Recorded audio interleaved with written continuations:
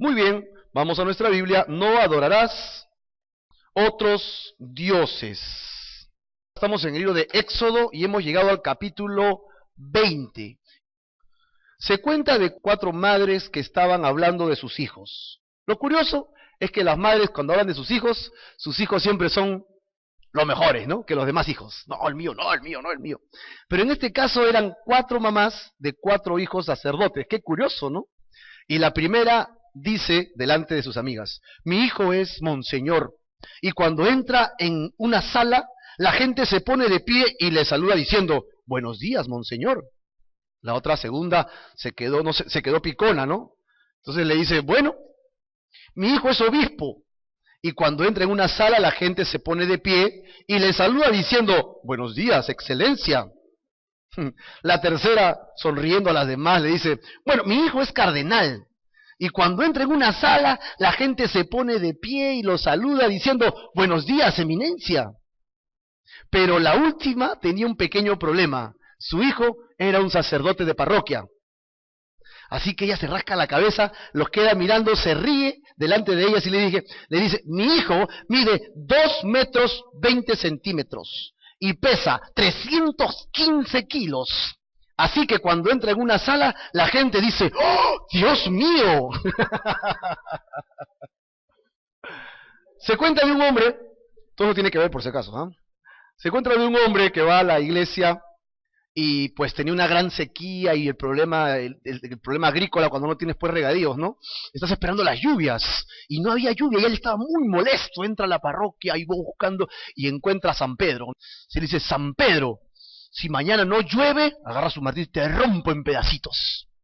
A un costado se encontraba el párroco y el párroco lo queda mirando y al quedar mirándolo espera que se vaya y dice: no, va a romper a casa. Y lleva la efigie de San Pedro, la coloca en otro lugar escondido y lleva una más chiquita, porque si la rompe, que rompa la chiquita, pues, ¿no? Al día siguiente, ¿llovió o no llovió? No llovió.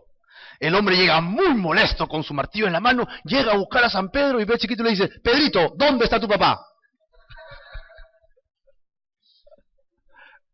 Hemos visto en nuestra Biblia, en el libro de Éxodo 20, versículo 1, diciendo: y habló Dios todas estas palabras diciendo. Moisés está recibiendo los 10 mandamientos junto con todo el pueblo a la falda del monte, en medio del Sinaí y rodeado de terremotos, con una voz como de trueno, en medio de ello, relámpagos, sonido de bocina, y todo el pueblo es así expectante de lo que está pasando, y Moisés también viendo todo lo que sucede. Esto es un acontecimiento realmente espectacular. Pero cuando yo comparo esto con el Sermón del Monte, puedo encontrar una gran diferencia. ¿Cuál es? Que Jesús, cuando dio el Sermón del Monte, no había terremotos, no había estruendos, no había rayos, no había relámpagos, no había nada. Una gran paz. Un gran momento de quietud. Si comparamos los 10 mandamientos con el Sermón del Monte de Jesús, veremos que Jesús toca casi todos los 10 mandamientos en el Sermón del Monte. Veremos que el pueblo de Israel tomaba literalmente y de forma literal todos los mandamientos, mas Jesús enseñó que debía irse mucho más allá. Se debía tomar los mandamientos en el espíritu de la ley, en lugar de que sea rígida la ley. Un ejemplo de ello lo podemos ver en el mandamiento, uno de los mandamientos que dice: no matarás. Entonces, el hebreo honesto, iba donde el fariseo y le decía: tengo un enemigo y lo odio con mis entrañas y quiero matarlo. El fariseo le decía: según la ley no lo puedes matar. El hombre decía: ¿y entonces qué hago? Solamente hiérelo, pero no lo mates. ¿Por qué? Porque era rígida la ley. No mates, así que si le puedes cortar una pierna, un ojo, lo que quieras, pero no lo mates. Pero esto no era lo que realmente quería decir la ley, ¿verdad? Era la actitud con la cual yo debía tratar a mi prójimo. Entonces, Jesús va al extremo de decir lo siguiente: pero ahora yo les aseguro que cualquiera que se enoje con otro o con su hermano, tendrá que ir ¿a dónde? A juicio. Cualquiera que insulte a otro será llevado ¿a dónde? A los tribunales. Y el que maldiga o le diga fatuo a otro será echado ¿en dónde? En el fuego del infierno. Así que no matarás en realidad significa esto: no te enojes, no insultes, no maldigas. Para Jesús está hablando de una actitud de corazón más que de un hecho físico de asesinar a alguien. Tú puedes matar a alguien con el pensamiento. Dice, si los ojos mataran, un montón estuvieran muertos. El odio que sale de nuestro corazón. Jesús va más allá entonces de los 10 mandamientos. De por sí, veremos que los 10 mandamientos no son fáciles de cumplir. En realidad son dificilísimos de cumplir. Y están puestos en la Biblia para demostrarnos eso, que no se pueden cumplir. Entonces, ¿cuál es el propósito de la ley? El propósito es revelar la pecaminosidad del hombre y mostrarlas en 2 tablas de piedra. Yo abro la Biblia y encuentro que está la ley. Y la ley dice que no fornicar, no adulterar, no robar, no codiciar y todas estas cosas. Y yo cuando leo me doy cuenta que, yo hago alguna de esas cosas. Pero esa ley no me salva, no me limpia, solo me muestra mi pecaminosidad. Dios lo puso en tablas de piedra. ¿Dónde está eso? En Éxodo capítulo 34, versículo 28. Y él estuvo allí con Jehová 40 días y 40 noches. No comió pan ni bebió agua y escribió en tablas las palabras del pacto. Los 10 mandamientos. Otra cita la encontramos en Deuteronomio 4:13. Y él les anunció su pacto, el cual los mandó poner por obra los 10 mandamientos y los escribió ¿en dónde? En 2 tablas de piedra. Así que vimos que esta ley no era dada como un medio de salvación. Israel era un pueblo que le pertenecía a Dios. ¿Quién lo sacó de Egipto? Dios. ¿Ok? Él lo salvó, Él lo redimió. Por tanto, la ley no tiene la intención de salvación, si Dios ya los había salvado. ¿Para qué es entonces? Es para mostrar lo que hay aquí en el corazón del hombre. Y la ley sigue haciendo lo mismo hasta hoy día. Mira, ¿cuántos miles de años después? Bueno, el versículo 2, cuando lo leímos fue interesante. Dice, yo soy Jehová tu Dios, que te saqué de la tierra de Egipto de casa de servidumbre. Y cuando leemos, yo soy Jehová tu Dios, habla como de un Dios creador. Yo soy tu Dios, yo te creé, yo te formé, yo te hice, yo te sustento. Yo soy tu Dios. Y cuando dice te saqué, ¿de dónde lo sacó? De Egipto y de servidumbre. En otras palabras, yo soy tu libertador, yo soy tu redentor. ¿Ok? 3 veces encontraremos en el Nuevo Testamento el hecho de no estar más bajo la ley, ¿ok? Sino bajo la gracia. Hay todo un estudio interesante de la ley. Entonces, ¿para qué sirve la ley? La ley, dice Pablo y Santiago, nos sirve como un profesor que nos guía hasta poder encontrar la libertad. Me dice lo que está mal, me guía, me corrige, me dice lo que yo estoy equivocado. ¿Para qué? Para que yo busque en quién encontrar esa libertad. Y en quién la encuentra, finalmente la ley me lleva a una persona. ¿Quién es? Cristo. Y cuando encuentro a Cristo, cumplo la ley en Cristo Jesús. Es la idea final. Ahora, ¿dónde encontramos parte de este tema? En Romanos 6:14, en Gálatas 5 y en 1 Corintios 9.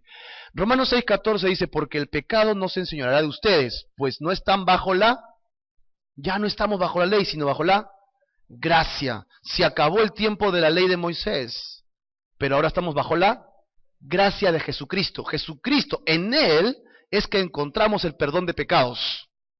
Si tú quieres ser perdonado de tus pecados porque eres bueno, porque eres hábil, porque eres buena gente, porque eres dadivoso, o sea, por lo que fuese, te encontrarás un día delante de Dios y te dirá, ¿y por qué te tengo que dejar entrar al cielo?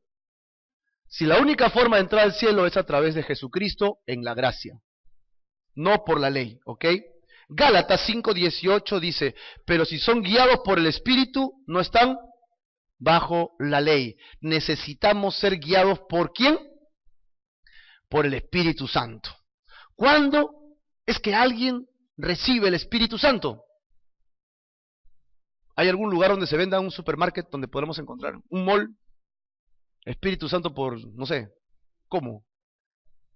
Solamente se puede recibir al Espíritu Santo cuando tú tienes convicción de que eres tremendo pecador, tremenda pecadora, y vas a la presencia de Dios y le pides perdón. Es el único momento en que Dios agarra y te dice, muy bien, ahora te envío mi Espíritu, y ¡fum!, viene el Espíritu Santo. Y eso sucede cuando oramos de corazón, levantamos nuestras manos y nos arrepentimos, nos humillamos delante de Dios. Algunos, cuando hacen una oración así de corazón, sienten un escalofrío por el cuerpo, dicen, yo sentí la presencia de Dios que entró en mi vida, ¿no? Otros sienten un calambre, ¿no? Otros sienten una convicción en la mente y como que están así, ¿no? Como en shock. Y lo curioso es que la gran mayoría no siente nada. Porque se trata de convicción, no de emoción. Yo estoy convencido que soy pecador y que mi pecado molesta a Dios, ofende a Dios, hace que Dios diga, oh, Marco, aléjate, ¿entiendes? Ese es mi pecado, ese soy yo. Y la única forma de limpiar mi pecado y recibir el Espíritu Santo y estar bajo la gracia es cuando vengo delante de Dios y le pido perdón por mis pecados honestamente. ¿Amén? Y allí recibes el Espíritu Santo. ¿Cuántos acá tenemos el Espíritu Santo de Dios? Amén, ya somos más los que tenemos el Espíritu de Dios. En 1 Corintios 9:20 dice, me he hecho a los judíos como judío para ganar a los judíos, a los que están sujetos a la ley, aunque yo no esté sujeto a la ley, como sujeto a la ley, para ganar a los que están sujetos a la ley. Pablo está hablando de hacerse como a los demás para ganarlos, ¿ok? Eso es lo que está diciendo Pablo. Pero el énfasis acá dice, aunque yo no esté sujeto a la ley. Pablo ya no estaba sujeto a pesar de que él era un fariseo, pero él sabía que en Cristo ya se había cumplido la ley, ¿entienden? La ley lo llevó hasta que él conoció a Cristo rumbo a Damasco y ahí se acabó la ley para él, ahora vive bajo la gracia. La gracia. Por favor, no abuses de la gracia. Todos entendemos eso, ¿no? Porque si abusas de la gracia, ¿en qué puedes caer? En desgracia. Exacto. Si abusas de la gracia, es decir, no, pero si Dios es santo, es bueno, Dios es tan bueno que no me desea el mal, así que yo voy a pecar, ya vengo, y nadas en el mar del pecado, y luego dices, ahora vengo y me arrepiento, Señor, por favor, una mano más, ya, pues esta es la última, ¿no? ¿Y qué estás haciendo? Abusando de la gracia. Pero aunque la gracia de Dios se extiende cuando hay pecado, aún así la gracia tiene sus límites. No abuses de la gracia porque un día Dios cerrará el caño de la gracia. Y tú dirás, Señor, Señor. Y Señor ya no te escucha. ¿Por qué? Porque estás encallecido en tu corazón, lleno de pecado. Así que lo que nos dice esto es interesante. Ya no estamos bajo la ley, sino bajo la gracia. Y si estoy bajo la gracia, debo vivir en la libertad que me da Cristo Jesús para servirle, para adorarle, para buscarle. Para yo no sentirme culpable por mi pecado, pero abandonando el pecado, dejando el pecado, queriendo buscar más de Él. Y saber que aún en mi caminar, que tengo mis luchas, mis dudas, mis problemas, puedo ir dejándolos poco a poco y Dios me tiene paciencia. Allí actúa la gracia. Si perseveras en la fe, si insistes en crecer, no si insistes en pecar. ¿Ok? Cuando abandonas el pecado. Así que en el primer mandamiento, Dios nos quiere decir que Él es la preeminencia. Es el más importante. Debe ser el número 1 en mi lista de prioridades. Dios no quiere que yo comparta su importancia en mi vida con nadie. En tu vida, ¿quién es el primero? ¿Tu billetera? ¿Escuché por ahí? ¿Tu trabajo? Es importante el trabajo, porque si no, ¿cómo mantengo la casa? Es importante, tengo que trabajar. No tienes que trabajar, pues está bien. Tienes que chambear, si no, ¿quién sostiene el hogar, no? Sí, pues, pero a veces pensamos que eso es lo más importante que tenemos que hacer. ¿No? ¿Quién debería hacer? Dios debería ser lo más importante. Otros pueden ser importantísimos, ¿quiénes? Sus hijos, ¿no? A mi hijo nadie lo toca porque si no me desgracio, dicen, ¿no? Sí, pues está bien, tienes que amar y proteger a tus hijos sobre todas las cosas. Pero ¿quién debería estar sobre tus hijos? Exacto. Nadie debería ser más importante en tu vida que Dios. Si Dios no es más importante a ese nivel, te cuento, todavía no eres creyente. Todavía no eres hijo de Dios, todavía no tienes el Espíritu en tu vida. Sabes de Dios, conoces de Dios, tienes nociones de Dios, pero no tienes esa relación con Dios. Todavía no es intimidad con Dios, porque Él cada vez te va a pedir más. ¿Cuánto crees tú que quiere Dios de tu vida? Exacto, Dios quiere todo. No quiere los domingos en la mañana, que viene con la cara de santo, ¿no? Con el aspecto amigable. Hola, hermano, ¿cómo estás? Abraza a todo el mundo, ¿no? No. Dios quiere que seas así, todos los días de tu vida, 24 horas al día, 365 días al año. Todos los días quiere que estés en su presencia. Este lugar es un teatro y nosotros lo alquilamos y lo usamos para el servicio. En este momento, este lugar es santificado porque nosotros estamos acá, los hijos de Dios, amén. Y esto se convierte en la iglesia. Nosotros, la comunidad, somos la iglesia. No son las paredes. Suponte que ya, pues nadie ofrenda, nadie diezma, ya no hay para alquilar. Ya como viene el verano, vamos a la playa, pues haremos el culto en la playa. En la playa, sí, en la playa, pues tempranito nos vamos y después nos bañamos. Y a lo que le falta bautizar aprovechamos. ¿Cuánto es? 1 segundo por cada pecado de toda tu vida. Abajo el agua. El primer mandamiento nos dijo entonces, no tendrás dioses ajenos delante de mí. Ningún dios.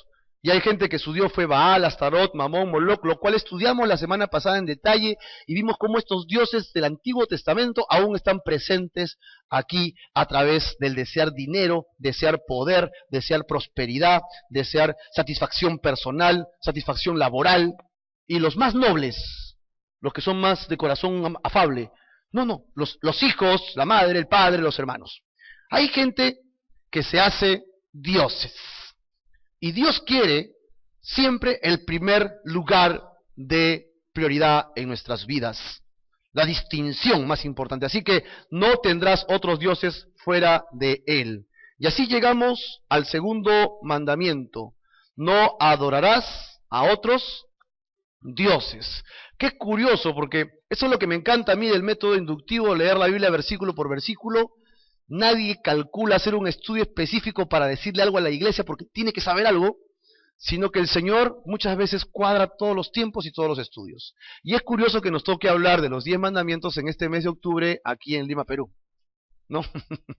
Pero es importante que podamos entender esto. Si has traído lápiz y papel, te voy a pedir que tomes apuntes porque hay cosas muy interesantes que vamos a hablar hoy día. El Señor Jesús frente a la samaritana en un pozo, le dijo, Dios es espíritu, ¿ok? Y los que le adoran en espíritu y en verdad es necesario que le adoren, ¿ok?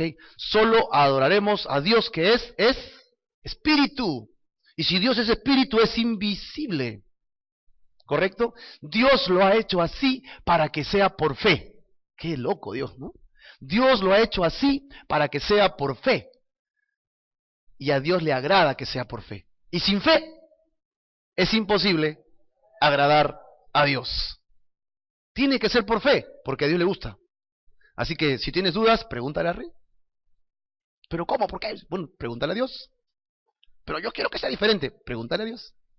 Porque el Señor dice que es espíritu y así quiere que entremos en la adoración. ¿Ok? Eso lo encontraremos hoy día en el versículos del 4 al 5 y vamos a leer solamente hasta la primera parte del versículo 5. Dice, versículo 4, no te harás imagen ni ninguna semejanza de lo que esté arriba en el cielo, ni abajo en la tierra, ni en las aguas debajo de la tierra. Verso 5, no te inclinarás a ellas ni las honrarás. Hasta allí la lectura en este momento. Yo cuando veo esto me hago preguntas y digo, Dios es perfecto, Dios no se equivoca, Dios es inerrante, Dios es eterno, ¿Él lo sabe todo? Sí, sí, sí. Bueno, yo soy medio loquito porque yo me paro haciendo preguntas, ¿no? Y entonces, ¿Dios se puede contradecir? Él dice que no me haga imagen. Pero cuando yo leo en el capítulo 1 de Génesis, yo encuentro que Dios hizo al hombre a su imagen, ¿sí o no? Encontramos una contradicción en la Biblia. Mira, entonces dijo Dios, hagamos al hombre conforme a nuestra semejanza. Y él señorea a los peces, a las aves, a las bestias y en todo animal que se arrastra en la tierra. Y creó Dios al hombre a imagen de Dios lo creó. Varón y hembra lo creó. Así que, ¿qué hacemos ahora? Díganme ustedes, porque no. ¿Qué hacemos? Dios dice, no te hagas imagen, pero en el Génesis dice que hizo al hombre a su imagen. No es todo, encontré más dudas. ¿Alguien quiere más dudas? Sí, quiere más dudas. Ahí estamos. Luego yo vi que cuando Dios mandó edificar el tabernáculo, que lo vamos a ver en este mismo libro, le pide que ponga querubines sobre el arca del pacto, sin mencionar el resto de los detalles. Es decir, el arca del pacto de la alianza tiene sobre ellos 2 ángeles, 2 querubines con las alas estiradas, una delante o frente al otro. ¡Oh, maravilla! Entonces Dios se está contradiciendo. Total. Marco, me has venido a enseñar a confundir. Bueno, vamos por ahí. Hasta ahora nos estamos confundiendo. Cuando el pueblo de Israel está en el desierto, dice que comenzaron a renegar de Dios y comenzaron a hablar mal de Moisés, que era la autoridad. Entonces Dios se molestó. Y dice que desde el desierto salían serpientes ardientes. Y cuando veían un talón, mordían y se escapaban. Y esa persona moría casi fulminantemente. Moría. Entonces el pueblo se dio cuenta de su pecado y fue donde Moisés, y Moisés fue a Dios y Dios le dijo, muy bien, si el pueblo hace lo que le digo, entonces, aunque le muerda, no le pasará nada. ¿Quién sabe la historia? ¿Qué le pide Dios que haga Moisés? Que haga un asta y en la punta del asta ponga una serpiente de bronce. Una serpiente de bronce. Y si tú estabas caminando y te mordía la serpiente, tú caías al suelo, se te comenzaba a hinchar la pierna, estabas mareado. ¿Y qué tenías que hacer? Buscar el asta, así como el faro. Veías el asta y cuando veías el asta, al ver al asta, se te sanaba. Por fe. Por fe. Esa es una linda historia, ¿no? Que la vamos a ver en detalle también. Ya nos falta poco para llegar allí. ¿Es todo esto una contradicción? ¿No? ¿O sí? No te hagas imagen, luego haz imagen. No te hagas imagen y haz imagen. Total, parece una contradicción. No es una contradicción, porque este mandamiento prohíbe enfáticamente a Israel, su pueblo, todo tipo de creación de imagen con la intención de representarle a él y la define de esta manera. Prohíbe hacerse imágenes, prohíbe inclinarse a ellas y prohíbe honrarlas. Si, con esa intención es que tú no te puedes hacer imagen. No te hagas imagen, no te inclines y no las honres. Hacer cualquiera de estos 3 o los 3 sería una forma errada de darle adoración a Dios y es conocida en la Biblia como idolatría. Correcto, idolatría. Dios en sí mismo es exclusivo y quiere mantenerse así. Imagínate que Dios quiera compartir su deidad con otros. ¿Cuántos acá quieren un poco de la divinidad de Dios? Dios no comparte su gloria con nadie. Y el que se atreva a caminar por esos lugares, ¿cómo acabará? Muerto y fulminado. Así que no te robes la gloria de Dios. ¿Ok? Nunca te robes la gloria de Dios. Mateo 4:14. Recuerdo que cuando Jesús es tentado dice a Satanás, vete Satanás, porque escrito está, al Señor tu Dios adorarás y a Él solo, mira cómo es exclusivo, solo a Él servirás. Exclusividad total. Dios quiere ser tu Dios y no quiere que tengas otro Dios, ni que te hagas otro Dios de ninguna manera, ni que representes a Dios con alguna cosa. ¿A qué cosa o con qué cosa podrías tú o yo comparar a Dios? Imagínate. Dios es grande, sublime, poderoso, fuerte, excelso, eterno. Y seguimos la lista, ¿no? Entonces, ¿qué cosa hay en la tierra que podría representar a este maravilloso, grande y único Dios? Nada. Absolutamente nada. Leamos lo que dice en Isaías, capítulo 40, versículo del 18 al 25. Mira, ¿a qué pues haréis semejante a Dios? ¿O qué imagen le compondréis? Y habla del artífice, en el versículo 19. Prepara el artífice la imagen de talla, mira, una imagen tallada. El platero le extiende el oro y le funde cadenas de plata. El pobre escoge para ofrecerle madera que no se apolille. Imagínate, te doy una madera que no se apolille, está bien. Se busca un maestro sabio, un buen maestro carpintero, que le haga una imagen de talla. ¿Qué pasa con esta imagen? Mira, no se mueve. Hace la imagen que dice que va a ser un Dios. Si es un Dios, debería ser un Dios poderoso. Esta imagen no se mueve. Versículo 21. ¿No sabías? ¿No has oído? Nunca os lo han dicho desde el principio. ¿No han sido enseñados desde que la tierra se fundó? Y la respuesta a esa la encontraremos en Job. ¿Recuerdan cuando leímos Job? Fue una lectura poética extensa, un poco densa, pero maravillosa. Toda la sabiduría, todo el poder de Dios estaba revelando allí. Es decir, desde el principio sí se sabía.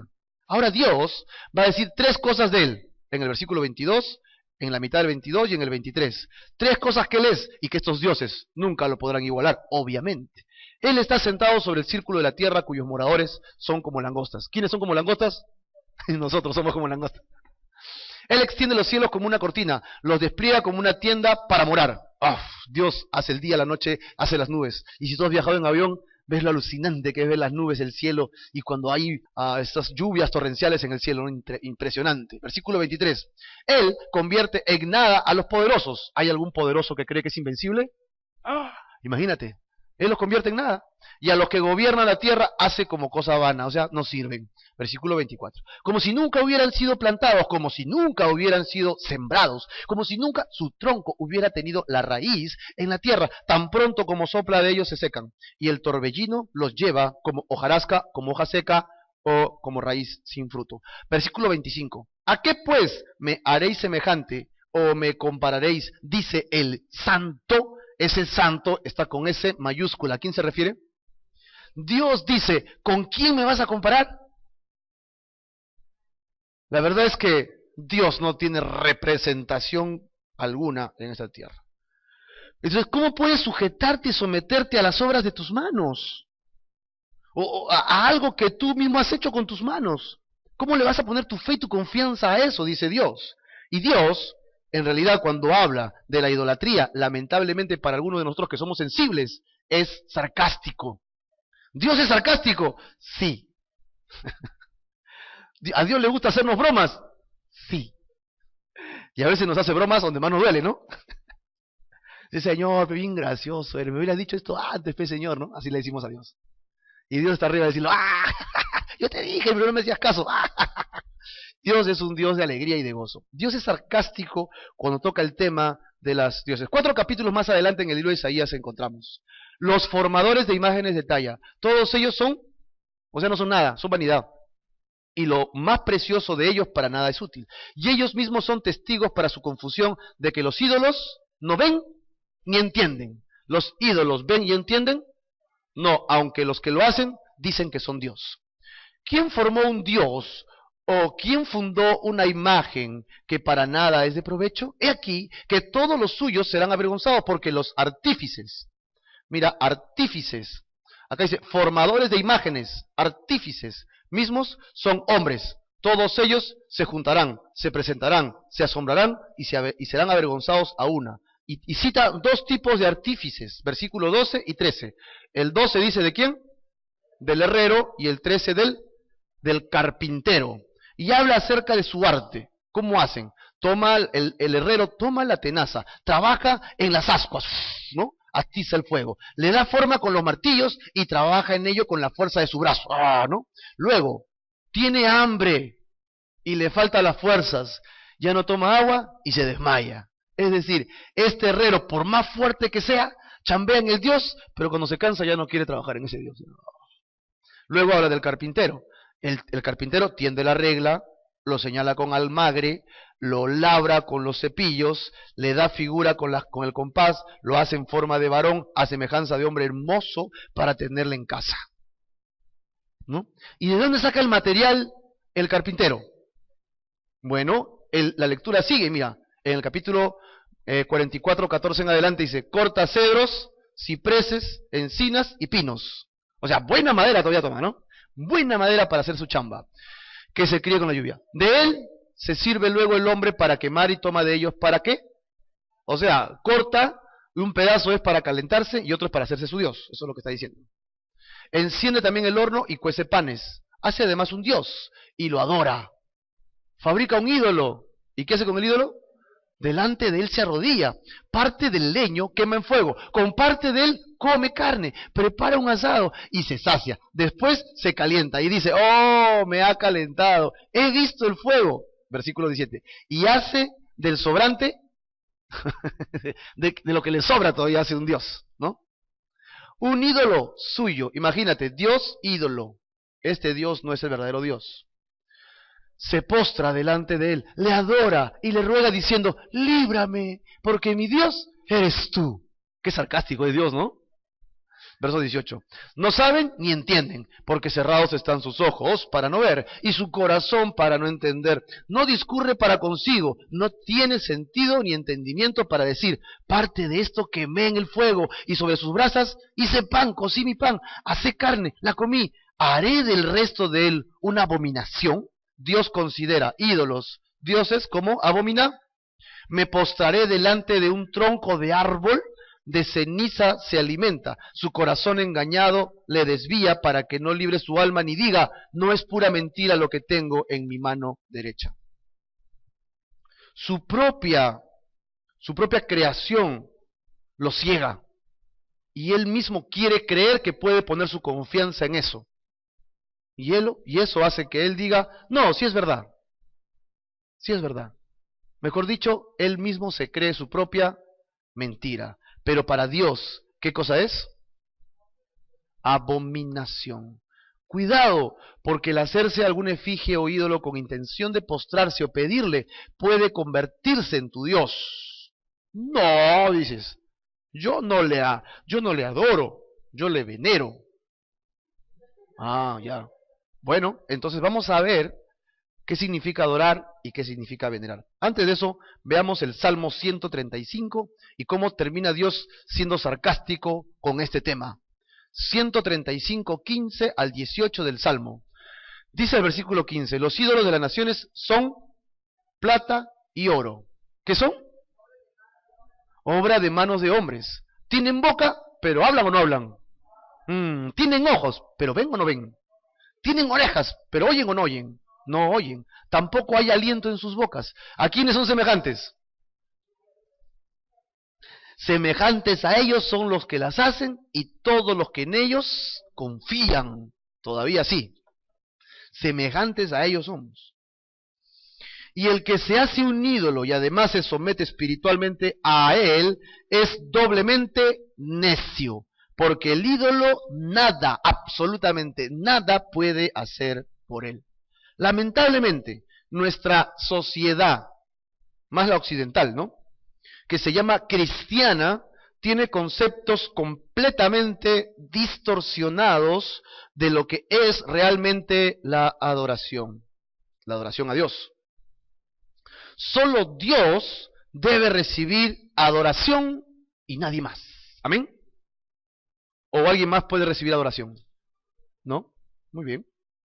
La iglesia tradicional llama inclinarse a las imágenes veneración. Ellos dicen que hay una diferencia entre tres palabras, latría, dulía e hiperdulía. ¿Cómo? Latría, no, latría. Latría, dulía e hiperdulía. ¿Alguna vez has escuchado estos términos? ¿No? Pero es lo que enseñan. Latría, dulía e hiperdulía. Apunten eso porque es importante y lo pueden buscar ustedes en internet. ¿Quién sabe qué realmente significan estas cosas? La mayoría ni siquiera lo hemos escuchado mencionar. Pero esto es lo que ellos afirman. Latría, solo Dios recibe adoración. Dulía, venerar a gente que respetamos, que son los santos. Y hiperdulía, o hiperdulía, es la Virgen María tiene una reverencia especial. La pregunta es, la gente de a pie, común y silvestre, común y corriente, como nosotros, que va a la iglesia, ¿sabe diferenciar entre estas tres cosas? Sí. Bueno, ahora vamos a hacer dulía, todos juntos a duliar. No, yo nunca he escuchado eso. Ahora vamos a hacer hiperdulía, por favor, cuiden su corazón, hiperdulía es especial, eso es así. Nunca he escuchado que me hayan enseñado de esta manera. La pregunta entonces se responde, no lo saben. La mayoría de cristianos no saben esto. Así que la gente, en su ignorancia de este tema, está adorando a criaturas y no están adorando al Creador. este sistema da argumentos a la gente para que, aunque no sepa ni pueda distinguir la diferencia entre el uno y el otro, crea en su corazón que no está desobedeciendo la voluntad de Dios. No, si todo, ahí es así está bien, ese es el orden en que nos han dicho que debe hacerse. La Biblia, para nuestro conocimiento, no contiene ninguna escala de demostración de respeto, y la palabra de Dios es terminantemente clara y sencilla. No existen en ella los términos latría, dulía e hiperdulía. La Biblia no reconoce ni acepta darle culto a nada ni a nadie, sino solo a Dios.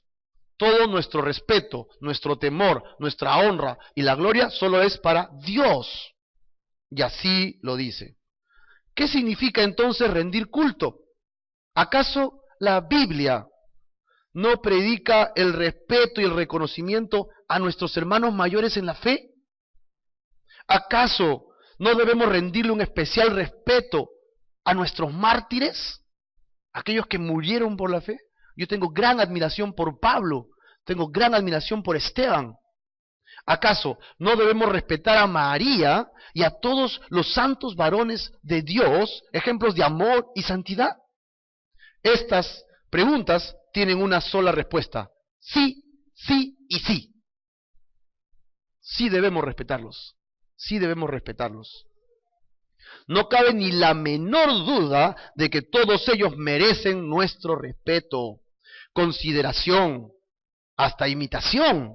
Respetemos a todos los hombres y mujeres de Dios, que sean dignos de respeto en ese sentido, ¿no? Y a todos los que lo fueron a lo largo de la historia. ¿Por qué? Porque son personas que destacaron. ¿Recuerdan ustedes a San Francisco de Asís? ¿Por qué? ¿Por qué lo recuerdas? Por su entrega de amor a Dios, por su humildad. Entonces eso sería bueno rescatar de San Francisco. ¿Cómo que no? ¿Cómo que no? Claro que sí, pero inclinarme a uno de ellos, discúlpame, no lo hago. ¿Pero por qué? Porque la palabra de Dios es sumamente clara y sencilla en esto. No debo poner mi confianza en ningún otro ser creado, sino solo en Dios. Darles nuestros respetos es muy diferente a depositar en ellos nuestra fe, nuestra esperanza sobre anhelos espirituales sobrenaturales, considerando que pueden ser obradores de milagros o que gracias a sus buenos oficios podemos obtener favores de Dios Padre. Él puede interceder por nosotros. Pensar esto y hacerlo es negar la misma palabra de Dios, ya que la palabra de Dios dice en Timoteo, hablando de él como el cual que quiere que todos seamos salvos, ¿no? Porque hay un solo y solo hay un mediador. Dices, yo le pido a esta persona que ya partió al cielo porque él es un mediador conmigo, pero la misma Biblia dice que solo hay un mediador. ¿Solo hay un mediador? ¿Solo hay uno? Sí. ¿Quién es ese mediador? Jesucristo hecho hombre. Jesucristo hombre es Jesús hecho hombre. Ni siquiera dice Jesús hecho hombre, dice Jesucristo. Es Jesús el Mesías, Jesús el Cristo hecho hombre.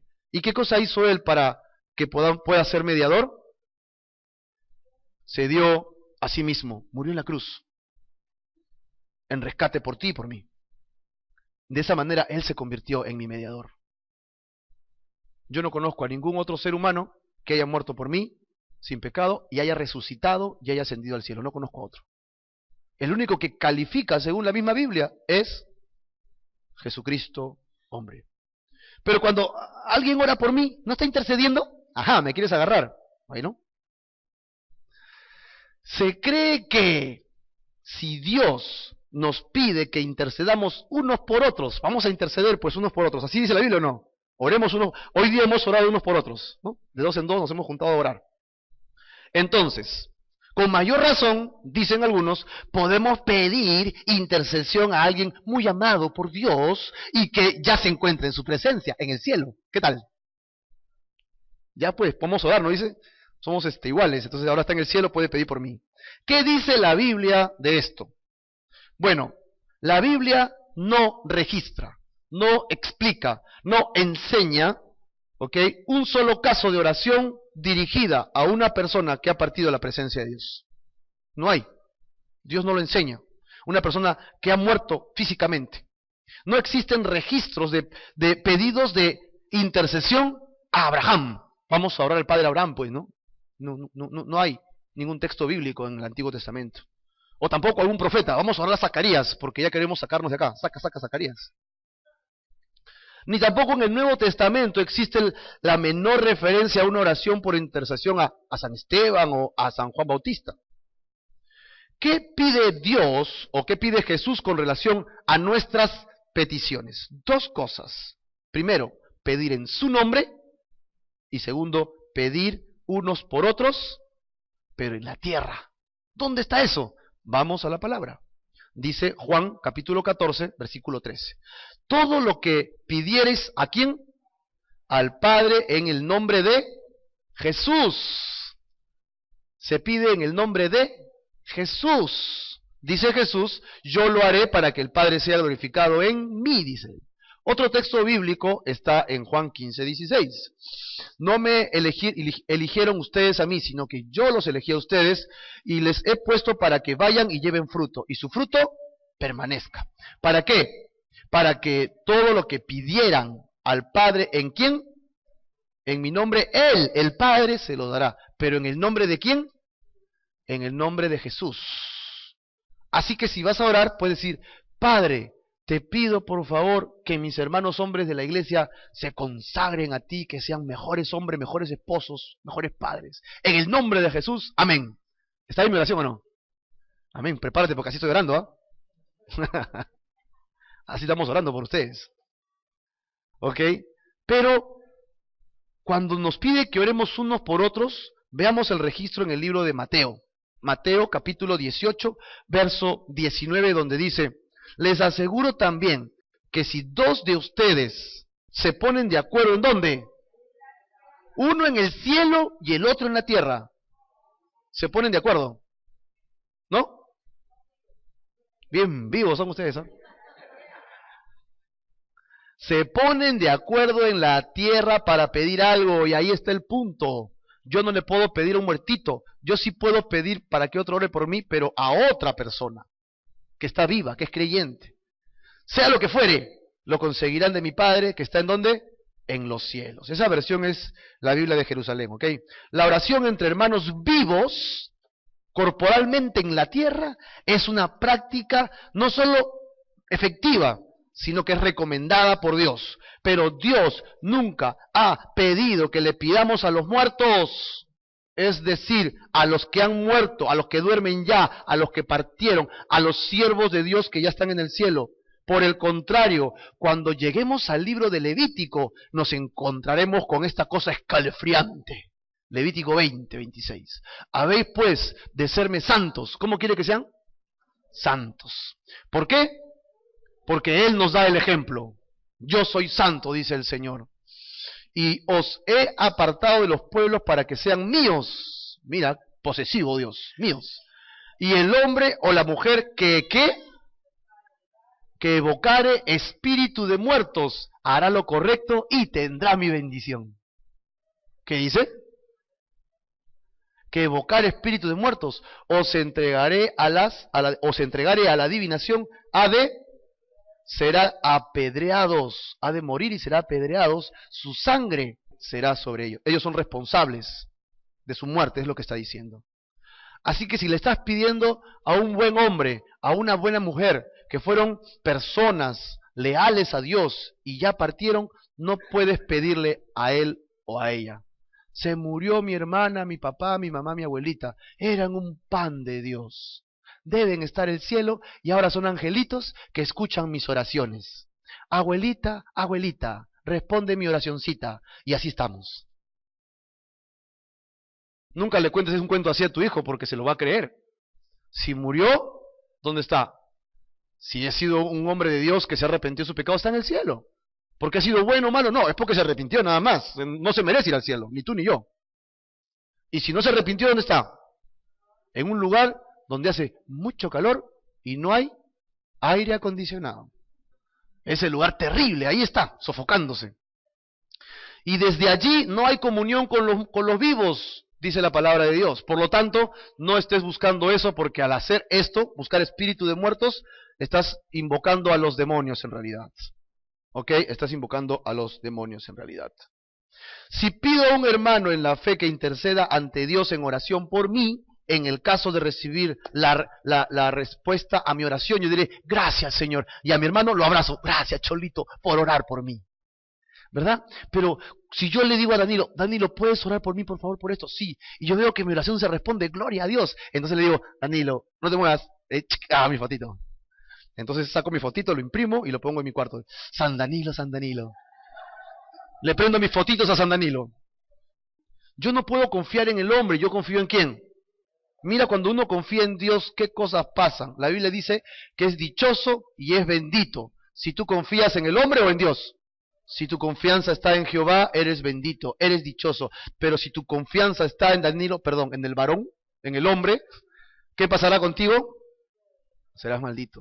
No pongas tu confianza en nada creado. Dios es quien quiere ser la preeminencia en tu vida, el más importante. Que alguien ore por mí no quita que yo pueda pedir también por mí al Padre. Pero cuando se pide a un santo y recibe su petición, ¿qué es lo que en la práctica sucede? Si lo recibieron al habérselo pedido al santo, pues las gracias son para el santo, las velas son para el santo, las estampitas son para el santo, las procesiones de rodillas son para el santo, el honor es para el santo. La forma de pensar es más o menos así. Mi chamba, mi trabajo, lo tengo por rezarle a mi santito X. Entonces, soy devoto de mi negrito, ¿ok? Porque mi proveedor es mi negrito. Y un ortodoxo y bien intencionado catequista podría decirle a este fiel, pero un momentito, el generador de tu bendición no es el negrito, es Dios. A lo que perfectamente podría recibir como respuesta lo que escuchamos comúnmente. Sí, pero gracias a los buenos oficios del negrito. Yo tengo lo que necesito. Mi negrito no me defraudó, así que mi fe es para el negrito. Mis velitas, mis estampitas, mis procesiones, mis rezos, mis himnos, mis medallitas. En la práctica no se hace veneración. En la práctica se hace adoración. Que no estén de acuerdo muchos en esto y no lo quieran reconocer, no quita que sea una realidad masiva, sobre todo en Sudamérica y ahora entrando con mucha fuerza a Estados Unidos. La tría, dulía e hiperdulía, entonces, ¿ya saben qué significa esto? Sí, ¿verdad? Ya lo hemos visto hoy día. En el concilio convocado por Constantino V en el año 754, al que asistieron 338 obispos, se condenó el culto a las imágenes. Bueno, 8 años después lo quitaron de nuevo, ¿no? Y a los que apoyaban dicho culto se les llamó iconolastras. ¿Cómo se les llamó? Iconolastras. Latras de la tría, y la tría significa adoración. Iconolastras, entonces es adoración, ¿a quién? Adoración de íconos. La palabra adoración y veneración al final vienen a ser sinónimos. Para eso puedes ver cualquier diccionario etimológico de la lengua y encontrarás lo mismo. Los vocablos dulía e hiperdulía fueron tomados del griego duleía, que significa esclavitud, derivado de dulos, que es esclavo. Así pues, hiperdulía, ¿qué significa? Hiperesclavo. Qué alucinante, ¿no? El mismo vocablo define el uso que le damos a este servicio. Apliquemos estos significados a la Santa Virgen, la cual, según el magisterio romanista, recibe el culto de hiperdulía, un servicio especial. Si el esclavo depende absolutamente de su amo y de su señor, en este caso María, su imagen, se convierte en amo y señor de quien le rinde culto de hiperdulía. La pregunta lógica e inmediata a este punto es, ¿dónde queda el señorío de Jesucristo? Si la referida en cuestión es la señora y ama de la vida de la persona, ¿dónde queda el señorío de Jesucristo? ¿Sabes cómo queda? Anulado. Queda anulado. Jesús, explicando la palabra del mayordomo infiel, habla de las riquezas como un Dios y dice, ningún siervo puede servir a dos señores, porque aborrecerá al uno y amará al otro, o estimará al uno y menospreciará al otro. No puedes servir a dos dioses, no puedes servir a Dios y a las riquezas. No puedes tener dos señores a quien rendirle tu culto. Una encuesta en Argentina, en el diario Clarín, domingo 2 de diciembre del año 2001, dice, informe especial religioso. Resultados de una encuesta encargada por el episcopado. Trabajos imposibles, primer título. Segundo título, amor. Estos dos términos definen el ranking de los santos, ¿no? La gente lo busca por estas dos cosas, trabajo y amor. San Cayetano, Santa Rita y San Antonio son los preferidos entre los fieles católicos, pero pocos dijeron que recurrían a Dios o a un sacerdote para que les solucione algún problema. Pocos dijeron que recurrían a Dios. En el libro de los Hechos encontramos la historia de Pablo en un lugar llamado Éfeso, en donde unos constructores de estatuas y plateros de dioses grecolatinos expresan su oposición al ministerio de Pablo. Y dice así, y no solamente hay peligro de que este nuestro negocio venga a desacreditarse, sino también que el templo de la gran diosa, ¿quién? El que entienda, entienda, ¿no? Sino que también el templo de la gran diosa Diana sea estimado en nada y comience a ser destruida la majestad de aquella a quien ¿qué? A quien venera toda Asia y todo el mundo. Qué interesante que es la misma palabra que se utiliza ahora para los santos, venerar. Conclusión de este tema hasta este momento es, la Biblia no condena a aquellos a que llevemos una foto de nuestros seres queridos. La Biblia no condena a que levantemos estatuas de próceres. La Biblia no condena a que tengamos imágenes que ilustren nuestras enseñanzas. La Biblia no condena que utilicemos dibujos para adornar nuestros textos. Lo que la Biblia condena es que depositemos nuestra fe, nuestra esperanza sobrenatural en cualquier otro que no sea Dios. Eso es lo que la Biblia condena. Llámese darle culto, dulía, hiperdulía, latría, adorar, venerar, honrar, llámale como quieras. Eso solo se le debe dar ¿a quién? A Dios. ¡Wow! Decimos nosotros, eso es una cachetada para tal o tal persona. Pero analizando un poco más y mirando esto de manera intrínseca, nosotros, los cristianos evangélicos, también tenemos nuestros propios dioses. ¿Sabías o no? ¿Qué? También somos idólatras, total. ¿Dónde voy a ir, pues? ¿Dónde encuentro salvación? También tenemos nuestros dioses. ¿Sabes qué? Y le rendimos culto. Y queremos, si con la justa pudiera tocar su terno, seré salvo, dicen, ¿no? Si pudiera escuchar a ese cantante, lo vería y sería sano. Y tenemos exactamente lo mismo en adoración, pero nos llamamos cristianos. Nos llamamos cristianos. Viene tal persona, todo el mundo, sí, compra la entrada, y quiero estar ahí, quiero verlo, la unción, la presencia. Se tiene que venir alguien espectacular para que pase eso. Y ese hombre es espectacular, tiene la unción de Dios. Cuidado, porque puedes estar haciendo idolatría. Vamos a acabar con el versículo 5 de nuestro estudio de hoy día. ¿Ya ven cómo estudiamos 3 versículos? Bien estudiados, ¿no? El versículo 5 dice, ¿qué retribución hay si desobedecemos este mandamiento?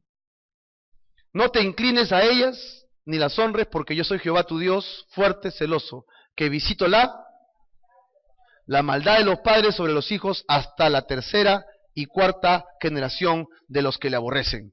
Hijos, nietos, bisnietos, tataranietos.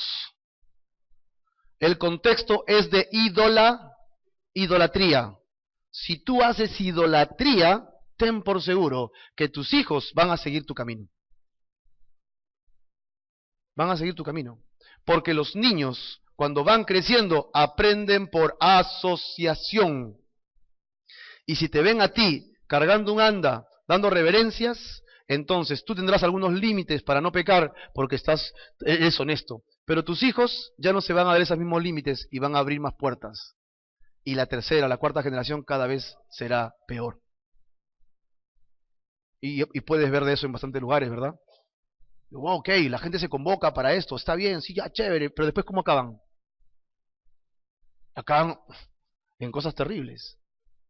Ok, acá dice que hay de la maldad de los padres sobre los hijos. Nosotros no creemos en la maldición generacional, ¿no? Ni que está en el nivel de los hombres, no sé en qué molécula del hombre y la mujer y esas cosas, en los genes, ¿no? Simplemente creemos que si tú siembras, tú cosechas. Y si tú le enseñas a tus hijos a ser idólatras, le enseñas a ser irreverentes a Dios, pues cuando sean grandes, no digas, ¿qué hice mal? Porque ellos harán exactamente lo mismo y peor aún, apartándose de Dios y cosechando sus propios malos frutos. Pero ¿sabes qué? Ahí no acaba el texto bíblico, porque el texto bíblico acaba con las consecuencias por obedecer. Dice, pero hago misericordia a la segunda generación nada más, a los que me aman. ¿Cómo? ¿Cómo dice? ¿A cuántos? A millares. ¡Wow! ¿Hay alguien que se pide millares acá? No, ¿no? Dice que tiene misericordia. No va a castigar como se debe a aquellos que obedecen este mandamiento de no hacer idolatría al Señor, a tus hijos, nietos, bisnietos, tataranietos y la generación que sigue, ¿no? Porque sigue. Todos ellos. ¿Ok? Todos ellos tienen la bendición de Dios. Joven fui y he envejecido, y no he visto justo desamparado, ni su descendencia que mendigue pan, dice el Salmo. Caerán a tu lado 1000 y 10.000 a tu diestra, mas a ti no llegará. ¿Y sabes por qué no llegará? Porque estás cubierto con la sangre de Jesucristo. Deje el impío su camino. Si hay uno que está impío aquí, o que solo está impío, deje su camino. Y el hombre malvado, el hombre inicuo, el hombre que le gusta hacer el mal, deje sus pensamientos. ¿Qué tiene que hacer?